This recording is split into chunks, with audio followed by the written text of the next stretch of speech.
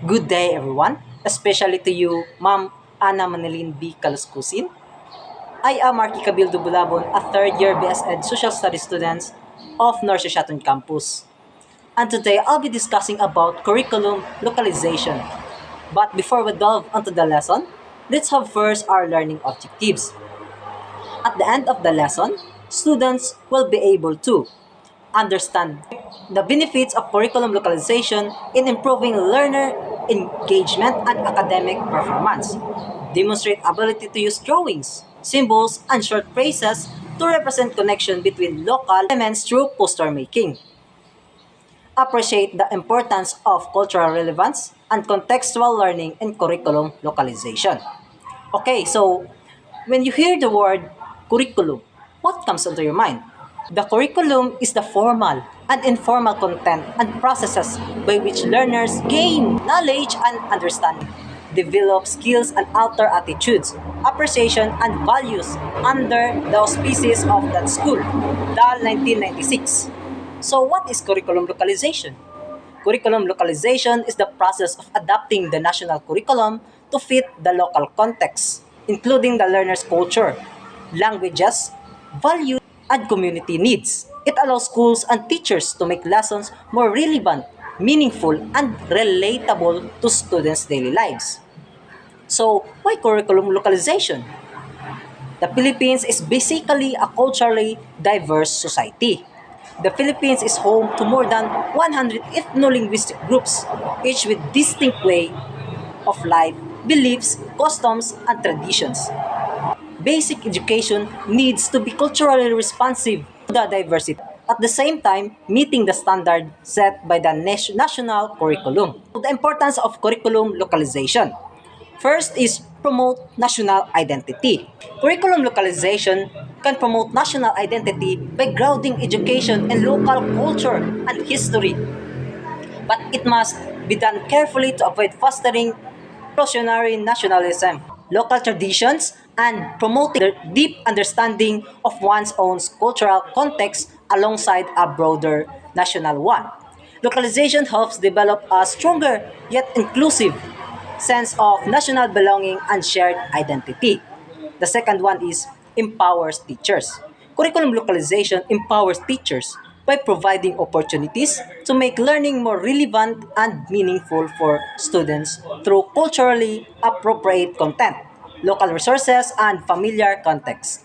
It increases teachers' autonomy and creativity in adapting to local conditions, enhances their ability to address students' unique needs and experiences, and foster a deeper sense of pride and engagement within the community. However, teacher must use principles creatively to maintain high learning standards. And third one is contextual learning. Contextual learning is in an educational approach where students learn by connecting new information to prior knowledge, experiences, and real-world situations. These methods makes learning more meaningful and relevant by embedding content within the practical applications, which increase students' engagement, critical thinking, and problem-solving skills. It is a student-centered approach that emphasizes relating abstract concepts to create examples from the outside of the classroom. Fourth one is inclusivity. In curriculum localization, it means adapting educational materials to reflect and incorporate the diverse cultures, languages, and local experiences of learners, fostering a sense of belonging and relevance. It involves more than just adapting content. It requires purposeful integration of local perspectives and ensuring that all students, especially those from unique cultural backgrounds, are recognized and valued within the curriculum.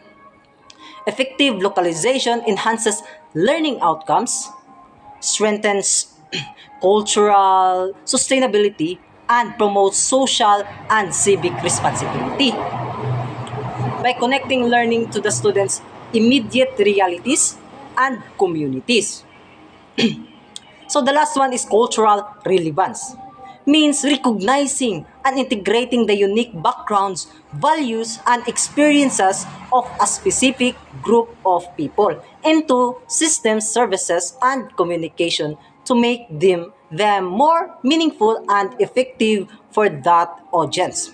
In education, this involves connecting learning to a student's cultural and community to foster engagement and confidence. So, steps in localizing curriculum at the classroom level.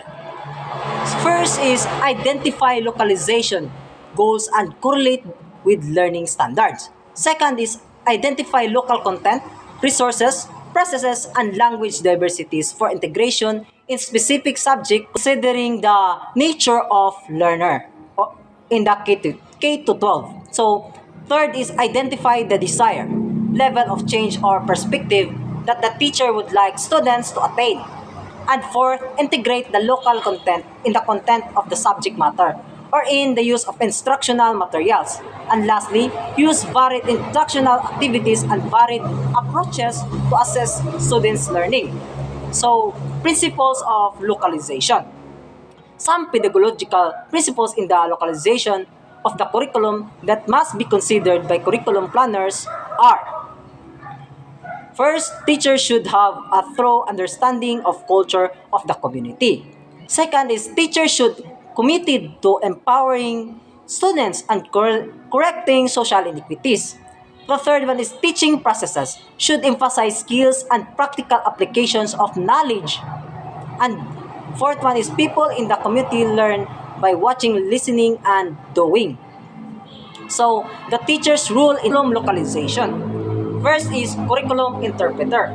Teachers analyze the national curriculum standards and identify areas for local adaptation. Second is designer of learning experiences. The teacher create learning activities using local materials, examples, and resources. So the third one is cultural mediator. So the teachers integrate local culture, traditions, and values into lesson. The fourth one is community partner.